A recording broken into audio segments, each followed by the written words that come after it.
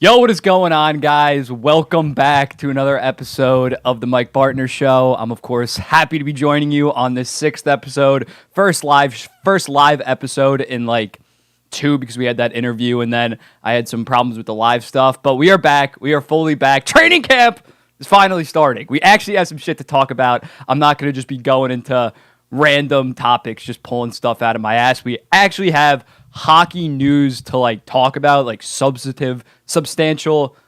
I'm missing the word, but we actually have stuff to talk about today. I'm really looking forward to it. Some big news recently in the NHL. So without further ado, let's get into the show. Today we're going to be talking about Trevor Zegras, obviously the whole fiasco regarding that. I decided it could be a little fun idea, definitely like some clippable content. I am going to be doing like a would you rather with Trevor Zegras. You ever see that where like they put a player out, then like name other players and like who would you rather have? We're going to be doing that after I talk about the Zegras situation. We're going to be talking about William Nylander, his potential switch over to center. Sheldon Keefe wants to start him at center. That's going to be very interesting to see how the Leafs are going to roll three deep: Matthews, Marner, and Nylander. That's going to be Matthews, Tavares, Nylander, my bad. And then we also have V Mitkov. He finally got loaned out to Sochi. He's absolutely killing it. Flyers fans rejoice. Steven Stamkos, what's going on with his contract situation. Brad Marchand becoming captain. And a couple other stuff, again, about camp because we actually have hockey news. Without further ado, let's get into the Trevor Zegras one. This one comes from Brecken. The Zegras situation has me so confused. He's the face of the franchise right now, but the Ducks won't give him more than $4 million. What's going on, and where do you think this ends up? So obviously right now with Trevor Zegras, it's the talk of the town because reports come out that first off, if he was to be traded, apparently the Buffalo Sabres, this was from Ronald Lavoie, pretty trusted TVA, which is basically like Quebec's TSN, like their official reporting news kind of thing. So he reported that the Ducks are being choosy with Zegras. They want to break it, ? I heard the team to look for is the Buffalo Sabres. The Sabres have to make the playoffs this year, and your problem would be solved by bringing in Zegras. I don't agree with that they have to make the playoffs. I think that's a little ridiculous. But again, this reporter is a pretty reliable guy. I'm not like too sure on him, but he seems like almost like the Quebec French-Canadian version of Dreger or like Bob McKenzie. Basically, everybody that I asked said that he was legit. So when looking at this, reports come out apparently that Trevor Zegras is only getting offered in the $3 to $4 million range by the Anaheim Ducks. That is insane. That is absolutely bonkers. You can be very low on Trevor Zegras and still acknowledge that he's a mid-60s. He put up 61 points in 75 games his rookie year, then 65 and 82. So he's been back-to-back 60 points. You can say, oh, he can give you 60, but he can't play any defense. That's still worth like $5 million in this league. That's the crazy thing. Like, that is absolutely ridiculous that they're not willing to give him more than $4 million, apparently. That is just straight up disrespectful. I understand in like an arbitration scenario, you're going to lowball him like that, then the arbitrator is going to come in the middle. But in terms of negotiations, even if it's restricted free agency, that is a lowball of all lowball. If it came out and they were saying, oh, we offered him $5 million, I'd say that's low, but $5 million still decent second liner money. $4 million at this point in the NHL is what you give like your good third liners. That's what like Blake Coleman got like 4.75 from the Calgary Flames on like a 6-year deal. So in terms of that is just straight up disrespectful because yes, again, Zegras, not the best defensively. I'm not sure he's ever going to become a legit two-way beast in the NHL, an actual number one center, but the offensive potential is there. He's so elite at passing the puck. Primary assists, 85%.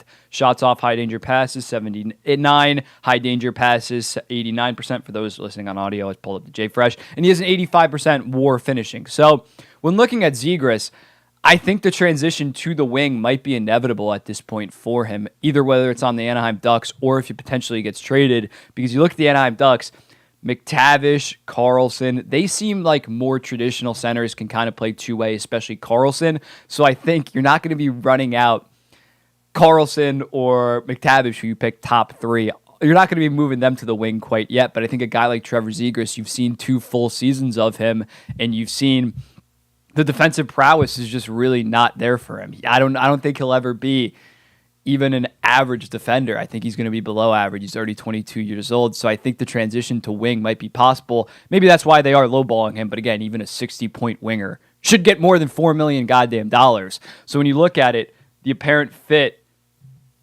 to Buffalo, what do we think about that moving on from the Anaheim Ducks? I do like this potential fit for them. I do.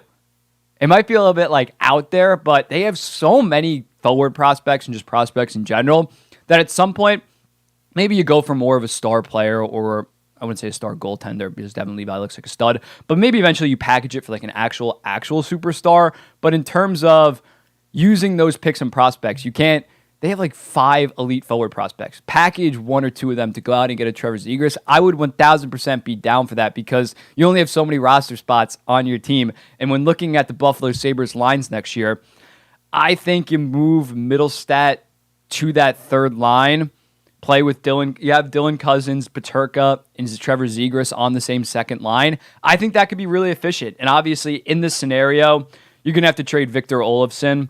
He'd be the odd man out in a potential Buffalo trade because he's making $4.75 million next year. And Olofsson's a solid player, but he's not as good as Zegras. You look at Olofsson last year, he did shoot at a pretty high rate. He was elite finishing. He had 28 goals, but basically every single underlying number was pretty below average. So I think if you can package Olofsson, my offer was Ostlund, maybe Kolich. They'd probably be more willing to trade Ostlund just because Kolich was so good at the AHL last year.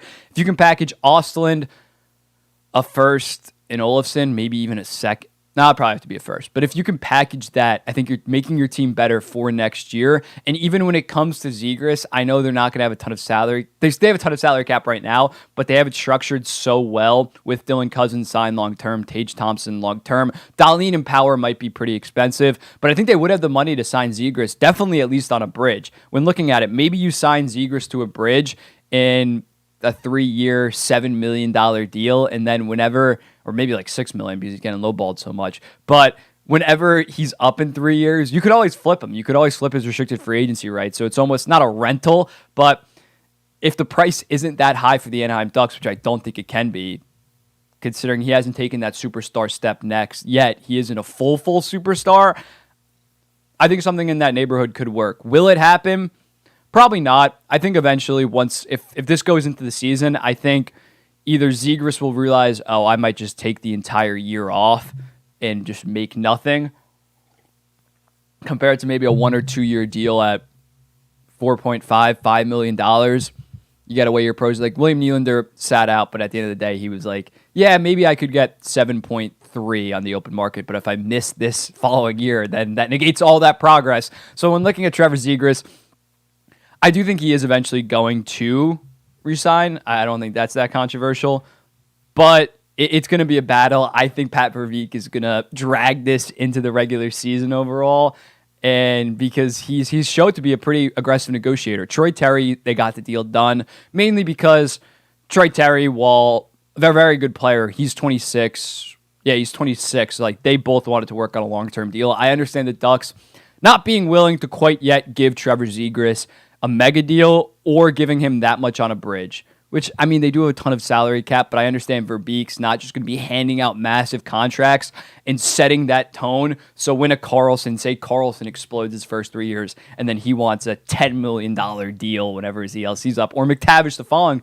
McTavish goes for 60 points next year, he's going to want a massive deal. So I respect Verbeek for standing his ground, especially in a season where the Ducks, it doesn't really matter if Zegras is out there the first couple weeks of the season, they're going to suck regardless. So I kind of respect that, but it also is, if it is only $4 million they're offering, that is disrespectful. That is straight up disrespectful. But now I kind of wanted to do something with Trevor Zegras. I have my Instagram up going through some of these players with Trevor Zegras. I decided to ask you guys for players for me to compare Trevor Zegras to. I'm going to put it up, put my phone right there. We're going to go through different players, and I'm going to tell you whether I prefer Trevor Zegras over them. Up first is Dylan Cousins. He was by far the most requested one. For Dylan Cousins, I'm going to say Dylan Cousins is better. He might not have the track record that Trevor Zegras has, but I do think that he's a better finisher of the puck. He's slightly better defensively, and I think his trajectory is more rising. They are the same age, while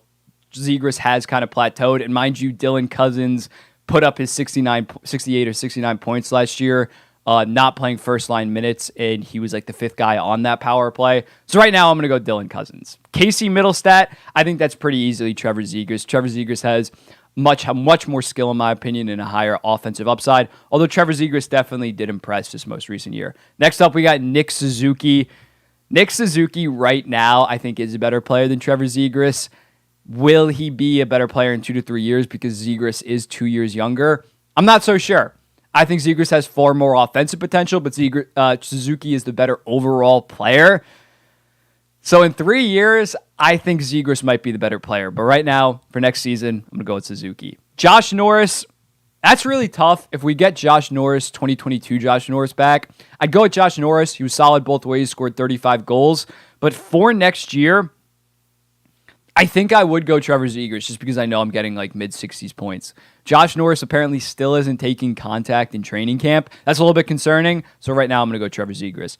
Matthew Boldy, that's pretty easy. I'm easily going Zegras. Matthew Boldy is basically Zegras level offensive production with far better defense. He's one of the most underrated defensive players in the entire league. So give me Matt Boldy over Trevor Zegras. Joel Eriksson, my clone. Joel Eriksson, he puts up about the same offensive numbers as Trevor Zegras, while also, like Matthew Boldy, being fantastic defensively. I don't think that's that controversial. Nick Schmaltz. I'm gonna go Trevor Zegras. Nick Schmaltz is very good. He's been almost point per game the past 2 years, but he does play with Clayton Keller. If you gave Trevor Zegras Clayton Keller, Trevor Zegras has Troy Terry, but we can all agree Clayton Keller is much better than Troy Terry. If you gave Trevor Zegras Clayton Keller, I think he'd be like mid-70s, maybe even high 70s. And obviously, heading into next year, who's going to potentially take that next jump? It's going to be Zegras over Terry. I'm realizing I should have flashed photos during this, but it's all good. Tomas Hertl. I'm going to go Hertl. Just has the track record of being around the point per game guy. San Jose sucks, so he might not put as much impressive stats as Trevor Zegras, but I'm going to go with Tomas Hertl. And then lastly, we got Pierre-Luc Dubois. I'm going to go with PLD. He had a very good season in Winnipeg last year. He's far better defensively than Trevor Zegras. I think he's a much more physical presence out there. So if I'm constructing a team that wants to go deep in the playoffs, I'm taking Pierre-Luc Dubois' play style over a Trevor Zegras. But that was Would You Rather. I should probably bring in someone for that segment. That'd be really fun if we like zoom in Marcuzzi to do Would You Rather. That's next show or show after that. But moving on, next question. We got William Nylander. Regarding William Nylander heading to center. Reports are coming out that Sheldon Keefe is going to start Willie Stiles at center. Do you think this move could work, or is it just a desperation move? Also, how does this affect him regarding his negotiations? That comes to us from Alex. Obviously, Leafs Twitter kind of like broke when it was announced that William Nylander will start the season, will start training camp at the center position. It's definitely a bold decision. It's definitely a decision that comes with some controversy. Because when you think of a center, obviously, when going over talking about Zegras, William Nylander defensively is not the most impressive defensive player in the league. He has been rapidly regressing at center. He just doesn't, from my experience watching him at least, he doesn't really care that much about the defensive position. And maybe that was just because he was playing right wing on a Leafs team that doesn't prioritize their forwards to play as much defense as, say, like a Carolina, but he's definitely going to struggle from a defensive aspect playing center. Do I think that he can do it offensively? 1,000%. He's one of the best even trying to play drivers in the entire NHL. Overall, just extremely skilled on the offensive end. Sheldon Keefe's quote went so far to say, I think Willie can do whatever he puts his mind to. He's that good.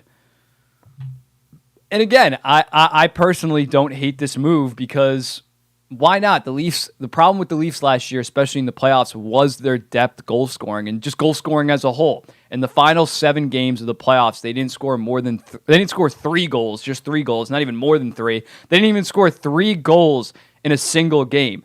So I don't hate them kind of changing things up and trying something new, bringing in a William Nylander to play center, having 3. Obviously, the first line, Matthews and Maron, is going to be one of the best lines in hockey, and then basically having 2 second lines by splitting up Tavares and Nylander. And maybe even potentially it could be Nylander down the middle and then Tavares on the left wing. We can get into that later. But in terms of diversifying their offense, I think it could be the potential right move, considering they don't have a ton of winger depth as they did, especially heading into the playoffs last year after trading for a ton of guys. When looking at the Leafs lines this year, you look at it right now, it's Bertuzzi, Matthews, Marner, Nyes, Tavares, Lafferty. I would probably put Yarncroc up there or something. Then Robertson, Nylander, Domi. These are three very deep lines. I do like this. So instead of having William Nylander on that second line, you bump him down to the third. You switch Lafferty up there. I don't know if Lafferty's going to be up there. That seems a little bit absurd. But you have two. If Matthew Nyes lives up to the billing, you have two very solid players on that second and that third line to carry the offense. And overall, it's a lot more depth. And even on that fourth line right now, you have Yarncroc, Camp, and I believe Ryan Reeves. That's a rock-solid fourth line. So when looking at the Leafs, yes, will William Nylander struggle maybe defensively on that third line? Yeah, but it's going to be one of the best offensive lines in the entire league. I don't think that that third line is looking absolutely horrendous defensively. With Robertson, Nylander, and Domi. Domi also doesn't play a lot of defense. I don't think that's going to be the lines. I think you're going to have to move. My hair looks horrible right now. I think you're going to have to not put Domi and Nylander together because that's just a recipe for disaster defensively. But again, why not at least try stuff in the preseason? Preseason, even the start of the regular season for the Leafs is all but irrelevant at this point. Preseason is always irrelevant. But the Leafs are going to be a playoff team regardless. Instead of, as Steve Dangle pointed out, it's better to start at the beginning of the season with Nylander potentially playing center than in an elimination game. So William Nylander has played some center for the Toronto Maple Leafs before. The only problem was he played when they were down 3-1 in a playoff game, and Sheldon Keefe just wanted to jumble things up and try to create offense. When you throw him in a position like that, out of nowhere, basically, to play the center position, yeah, he's probably going to fail because he doesn't have the reps, and it's such a high-pressure situation that he's second-guessing every decision that he makes out there because he's uncomfortable playing the position. So when you look at it, if you give him some reps in the preseason, maybe even some regular season, he's going to be more ready for the potential to play center down the line. Also, when you look at it, when John Tavares went down, I believe that he played some center. So, if injuries happen, it's always good just to have your guys ready to step up at certain positions. So I personally really like this decision to potentially move Nylander to center. Will it be a full-time thing? No, but you might as well get those reps in because you never know what your team could look like after injuries, after trade, where he potentially could move Nylander to the center position and just overall potentially running out three deep lines. And that would be, even if you don't like Nylander defensively, there's no doubt that Matthews, Tavares, Nylander is the best 3C lineup in all of hockey. I mean, I guess Nuge usually plays on one of their wings, right? So it wouldn't be Nuge, McDavid, Draisaitl. But regardless, it's definitely the second best. It would be a disgusting center. And when you're playing the Leafs, usually you take it off during their bottom six. Their bottom six has been arguably their biggest weakness, and now it would go to basically a strength. They'd be one of the best in terms of top three lines. Fourth line is going to be Ryan Reeves beating the shit out of people. But those top three lines are going to be absolutely disgusting and well-balanced. But moving on, we got a question regarding Matvei Michkov. Hey, Mike, I'm a Flyers fan, and our Lord and Savior, Matvei Michkov, is popping off. Thank God he got away from SKA. What do you think of him thus far? So, yeah, Matvei Michkov, there was the whole controversy at the start of the KHL season. He was healthy scratched for, SKA St. Petersburg's first two games, and even 2024 top 5, top 3 projected pick, Ivan Demidov, was playing 5 minutes a night. They were not playing their young guys. So Matvei Michkov ended up getting loaned out to HCK Sochi. Sochi, where the Olympic Games were in 2014, I want to say. So he went over there. They're not the best team, but it's a place where he can play against good competition and play first line top power play. And as a result, this comes from us from Grav. Matvei Michkov through 4 games with HK Sochi. 2 goals, 3 assists, 5 points, 1 game-winning goal, already 5th in Sochi scoring, 19 shots on goal, and 16 minutes of average ice time, and he's a +3. So it's crazy.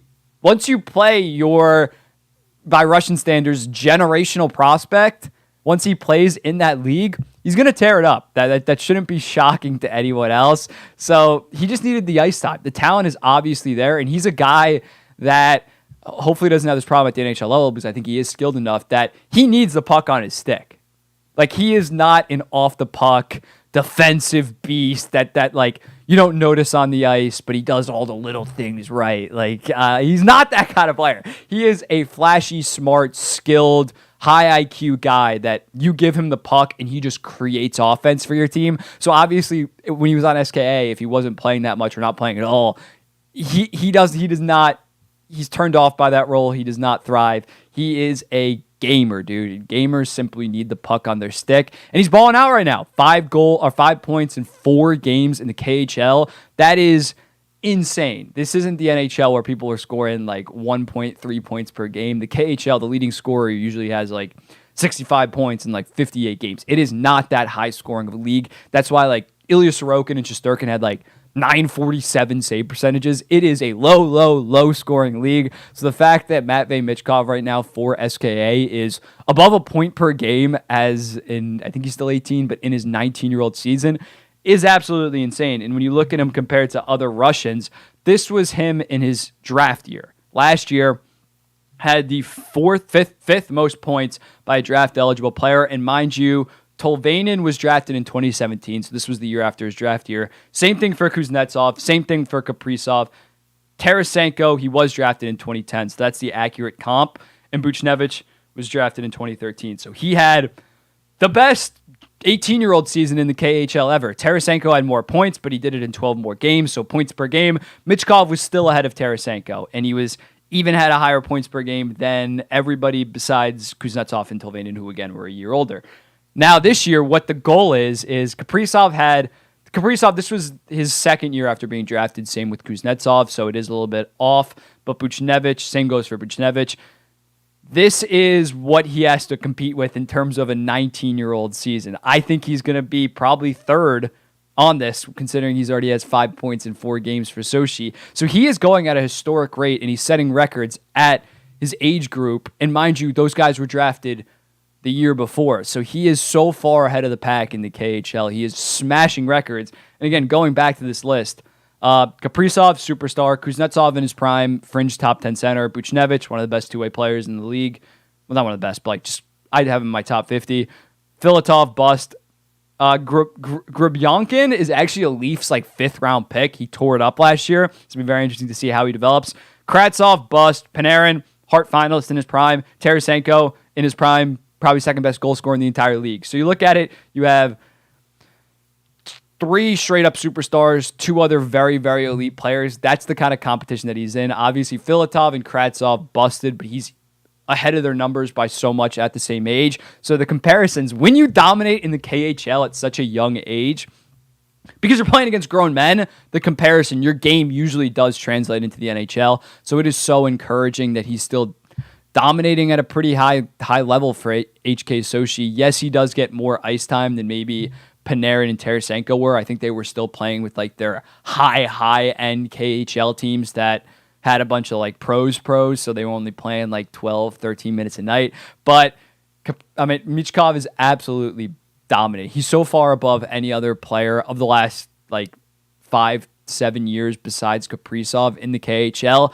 So it's very encouraging. If I'm a Philadelphia Flyers fan, I am thanking the heavens that he got loaded to HK Sochi. I think his development would have been a little bit stunted if he stayed on SKA and played 5 minutes a night or not at all, but I don't think it would have like ruined his development completely. I think he's just such a baller that he would have found a way to still improve rapidly year over year. The guy has the work ethic. He cares about hockey so much. But now that he is bowling out in the KHL, if you're a Flyers fan, you rightfully so should be sucking this dude off. The Islanders had a prospect of that level. I'd be customizing, like going on Fanatics, customizing a jersey to say Michkov, whatever, 39. And yeah, I mean, I said at the time of his draft, he's not as good as a Connor Bedard. It's unrealistic to assume that he's going to be Bedard level, but he's the next best thing. Like, you know what I'm saying? Like, he would have went first overall in 2022, 2021. I think he would have went first if there was no political things. He would have went first overall in 2020. Jack Hughes maybe goes first overall ahead of him. Rasmus Dahlin maybe goes first overall ahead of him. But he is on another level, and especially considering he's doing against grown men.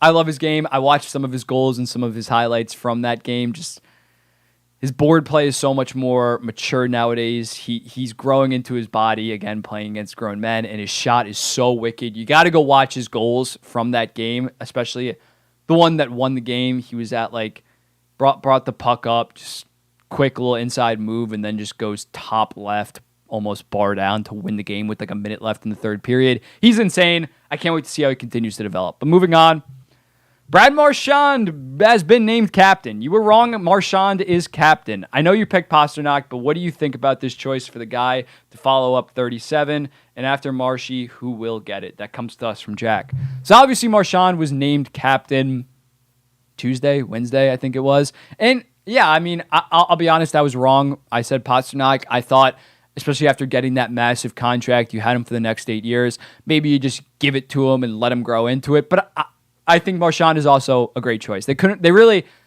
couldn't have gone wrong with Pastrnak, McAvoy, or Marchand. I just personally thought Marchand's starting to get up there in age. What is he, like 35 or 36? So maybe they didn't want to have, like, because Bergeron was captain. Actually, Bergeron wasn't captain for that long. Char was captain. But maybe they wanted to just have a guy that would have it for the next decade, because Marchand probably has like 3 or 4 years left.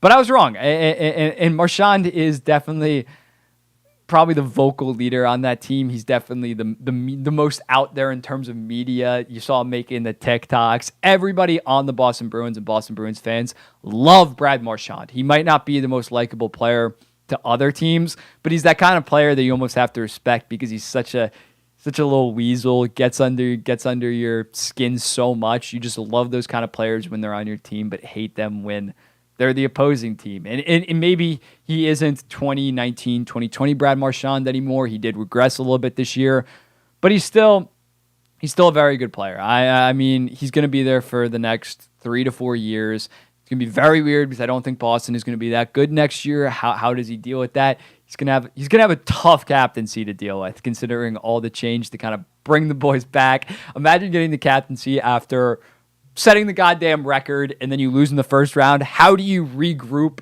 and get those boys on the same page again to go through another season after such a magical season that ended in absolute despair? Maybe that's why you give it to a Marchand now instead of a Pastrnak McAvoy, who at 26, 27 having to deal with that. That might be a little bit too much for them. Marchand has been around here for a while. He was on the team when the Bruins from 2015 to 2017 didn't make the playoffs. They had a little bit of a dip. So he's seen, first McAvoy and Pasta, it's basically been smooth sailing since they joined the team.